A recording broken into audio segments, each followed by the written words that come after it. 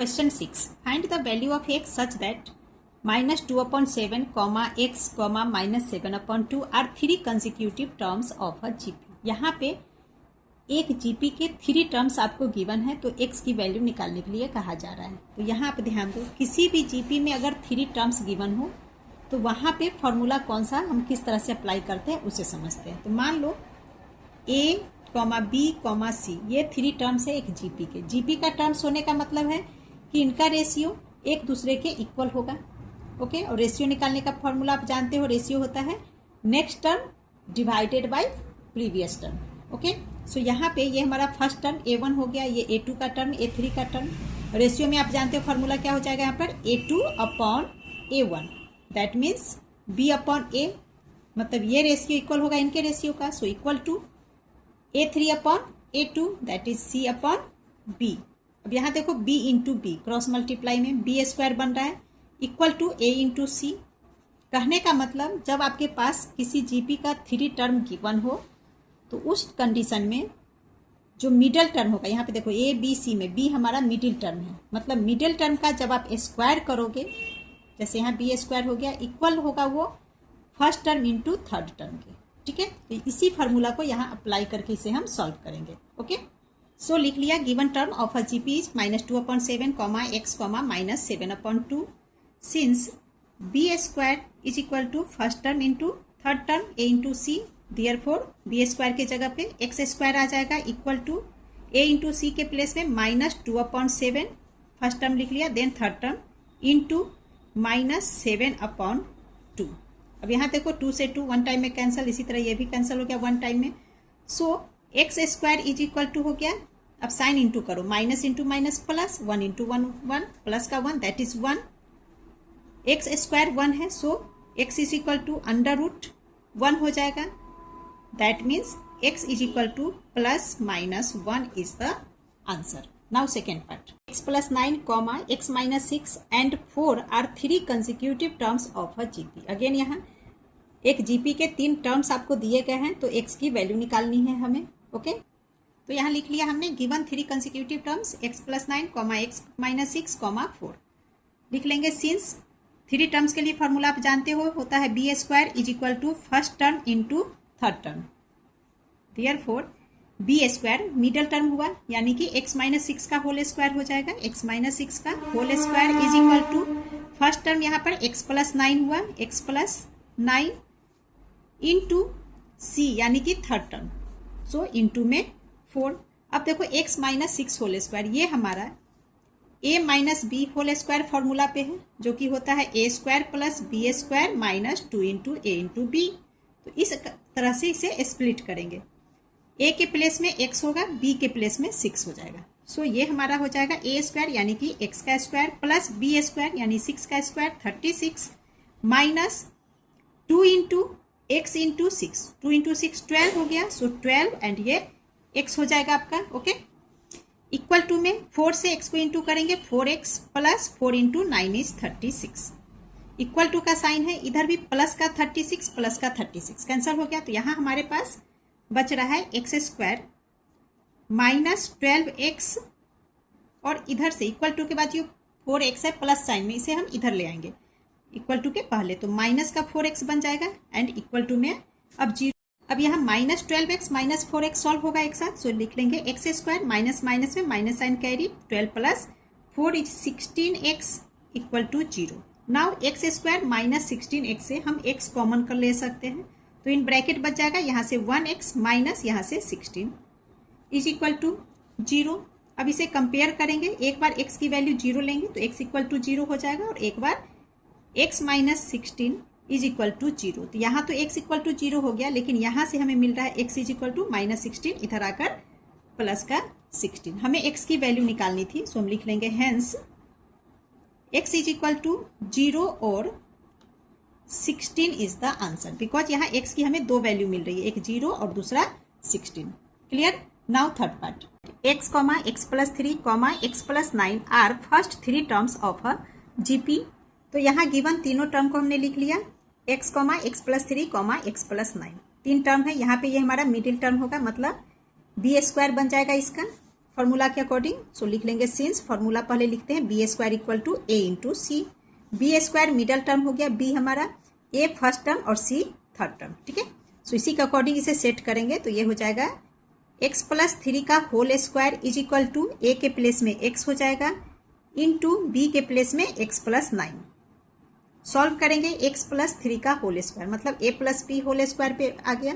सो ये फॉर्मूला के according split करेंगे, x square plus 9 plus 2 into 3 6 into में x 6x इक्वल टू यहाँ मल्टीप्लाई करेंगे तो एक्स स्क्वायर प्लस 9x। अब प्लस का एक्स स्क्वायर प्लस का एक्स स्क्वायर माइनस हो जाएगा तो यहाँ हमारे पास बच रहा है 9 plus 6x is equal to 9x। अब इसे सॉल्व करते हैं, इन दोनों पार्ट्स को इक्वल टू के इधर ले आएंगे तो ये हमारा हो जाएगा 9x, देन x वाले पार्ट्स को लिखेंगे, प्लस का 6x इक्वल टू के बाद माइनस 6x बनेगा, प्लस का 9 भी माइनस 9 बनेगा, इक्वल टू में इधर हम 0 रख लेंगे, ठीक है। अब यहाँ पे सॉल्व करेंगे, 9x minus 6x is 3x, ये माइनस 9 इक्वल टू 0। अब 3x को स्टॉप कर लीजिए तो इक्वल टू में माइनस 9 की जगह प्लस का 9 और यहाँ से x इक्वल टू हो जाएगा 9/3 is equal to 3 is the answer. x की वैल्यू आ गई, clear. Now question 7 is, if the 4th, 7th and 10th terms of a GP are x, y, z respectively, prove that x, y, z are in GP। तो 4th term x given है, 7th term के लिए y given है, 10th term के लिए g given है। तो हमें बताना है कि ये तीनों एक GP के टर्म्स है, ओके।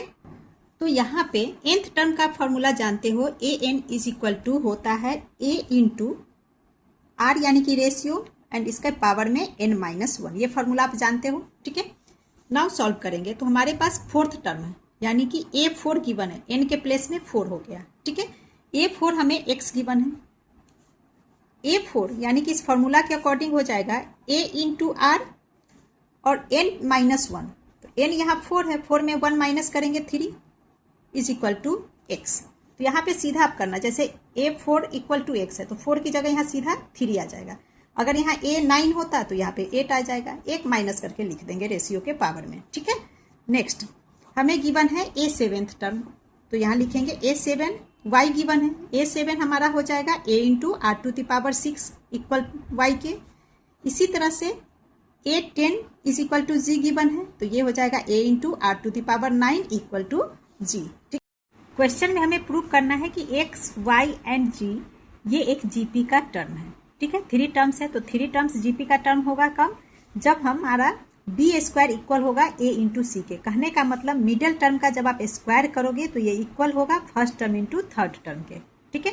सो इसे प्रूव करेंगे तो यहाँ पर इन तीनों टर्म में ये हमारा मिडिल टर्म होगा, तो पहले y को ले लीजिए x, y एंड z में से, तो y का स्क्वायर मिडिल टर्म में, सो y का square equal to y square equal है a into R to the power 6 and इसका स्क्वायर, जब y पे स्क्वायर लगाएंगे तो इस पे भी स्क्वायर हो जाएगा।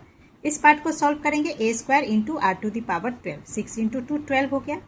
अब हमें x इंटू जी करना होगा, जैसे बी स्क्वायर हमने यहाँ पे कर लिया, a इंटू सी में x इंटू जी लिखेंगे। So x into G is equal to, x की वैल्यू है a into R cube into G की value a into R to the power 9। अब इन दोनों को मल्टीप्लाई करेंगे, a से a को मल्टीप्लाई करेंगे तो a स्क्वायर होगा इंटू यहाँ भी आर है, यहाँ भी आर है, मल्टीप्लाई का साइन, सो एक आर कॉमन लेंगे और पावर प्लस हो जाएगा, 3 प्लस 9 इज 12, ठीक है।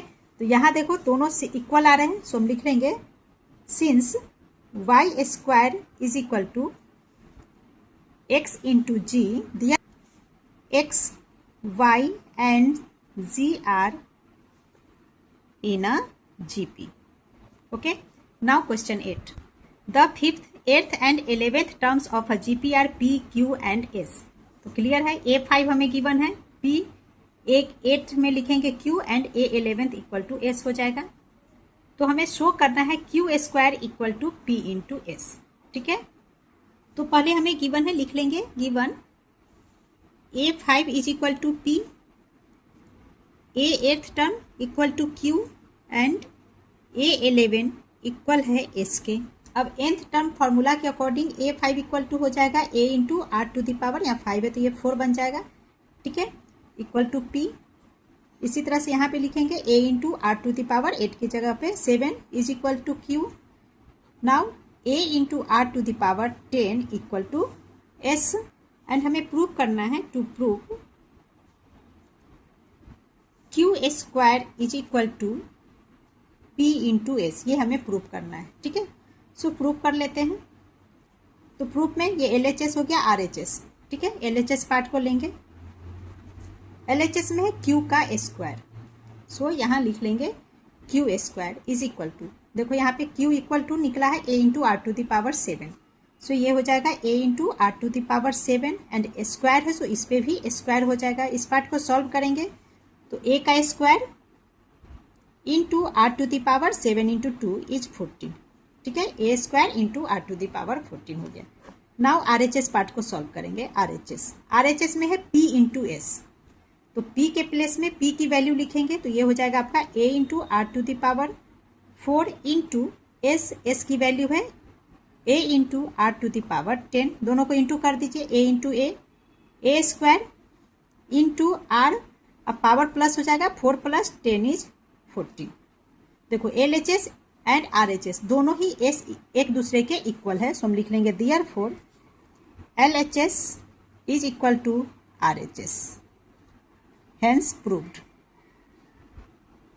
Okay, now question 9 is if a, a square plus 2 and aq plus 10 are in GP find the value of a. यहाँ हमें a की वैल्यू निकालनी है. ठीक है, 3 टर्म्स दिया गया और बोला जा रहा है ये तीनों टर्म्स एक GP में है. तो 3 टर्म्स GP के लिए आप इस तरह से समझ लो, जैसे फर्स्ट टर्म A1 का टर्म होता है, इसे A मान लिया. सेकेंड टर्म A2 का टर्म, इसे B मान लेते हैं और इसे हम मान लेते हैं C थर्ड टर्म को. ठीक है, तो ये तीनों टर्म्स GP में है. इसके लिए फॉर्मूला आपका आएगा B का स्क्वायर, मतलब मिडल टर्म का जब आप स्क्वायर करोगे तो first term into third term, यानी कि B square equal to A into C. अगर ये आ जाता है तभी ये GP में होगा. और क्वेश्चन में क्लियर कहा जा रहा है कि तीनों टर्म GP के ही हैं.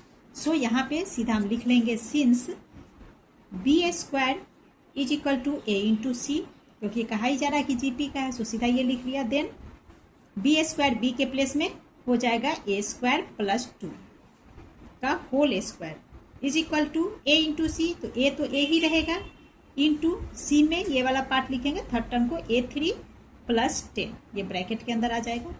अब यहाँ पे देखो A plus B whole square में हो जाएगा. यहाँ पे A equal to A square है आपका और B इक्वल टू 2 होगा. तो A plus B whole square formula पे स्प्लिट करेंगे. तो पहले A का स्क्वायर, A हमारे पास A स्क्वायर है, इसका स्क्वायर करेंगे. सो A स्क्वायर का square plus B square, B के प्लेस में 2, सो 2 का स्क्वायर प्लस 2 इंटू A यानी कि A square into B is equal to, यहाँ A से इंटू करेंगे A cube into A is A to the power 4 plus A into 10 is 10A. Solve करेंगे, power to power into हो जाएगा, A to the power 4 plus यहाँ से 4 plus 2 into 2 4A square is equal to A to the power 4 plus 10A. Equal to का sign है इसलिए यहाँ पर A to the power 4 A to the power 4 यहाँ से हटा दीजिए इसे. तो हमारे पास बच रहा है, पहले A स्क्वायर को लिख लेते हैं, 4A square plus 4 is equal to इधर से 10A. ठीक है, अब इस प्लस के 10A को इक्वल टू के पहले ले आएंगे. तो ये हमारा हो जाएगा पहले 4A स्क्वायर, देन इस पार्ट को लिखेंगे minus 10A, then plus 4 equal to में 0. अब इसे सॉल्व करेंगे तो यहाँ देखो 4 10 एंड इज 4, यहाँ से हम 2 कॉमन ले सकते हैं, बाहर निकाल सकते हैं 2 को. सो 2 कॉमन ले लेंगे एंड इन ब्रैकेट 2 से 4 डिवाइड किया 2A स्क्वायर हो गया, माइनस 2 से 10 डिवाइड करेंगे 5A हो जाएगा. ठीक है, इसके बाद प्लस 2 से 4 डिवाइड किया तो 2 इक्वल टू 0. अब इस 2 को इक्वल टू के बाद लेंगे.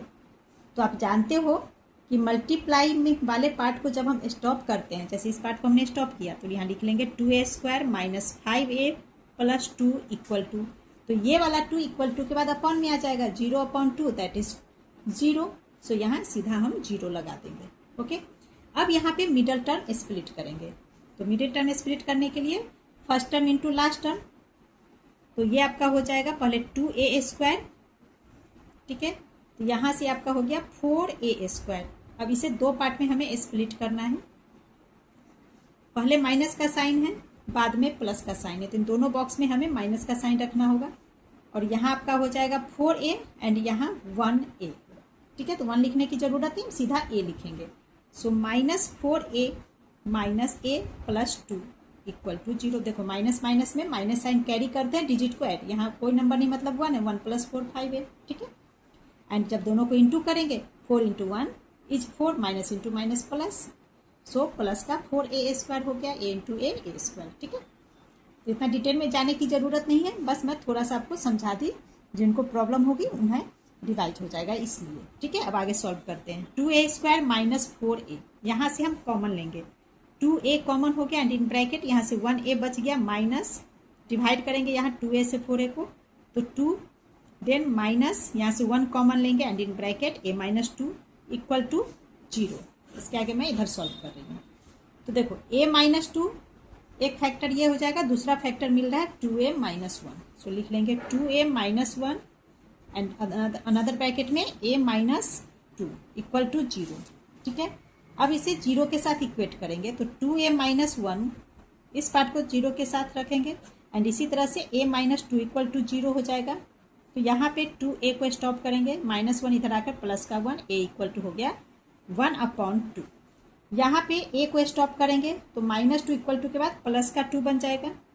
ठीक है, तो इस तरह से हमें a की 2 वैल्यू मिल रही है। सो हम लिख लेंगे hence a is equal to 1/2 और 2, यही हमें फाइंड करना था। ठीक है, नाउ क्वेश्चन 10, ये आपका इंपॉर्टेंट क्वेश्चन है। Find the GP whose 4th term is 54 and 7th term is 1458। ठीक है, किसी जीपी का 4th टर्म आपको गिवन है, 7th टर्म गिवन है, तो उस जीपी के टर्म्स को हमें फाइंड आउट करने हैं। क्लियर?